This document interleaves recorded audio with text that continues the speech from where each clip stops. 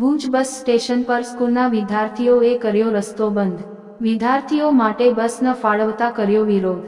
જીએસઆરટીસીના Bhuj bus depot સંચાલક સ્થળ પર દોડી આવ્યા। પોલીસ પણ ત્યાં આવી પહોંચી વિદ્યાર્થીને હટાવવાનો કર્યો પ્રયાસ। પ્રજા માટે બસ છે નહીં, વીઆઈપી માટે બસ અપાય છે। જીએસઆરટીસીની બેદરકારી આવી સામે।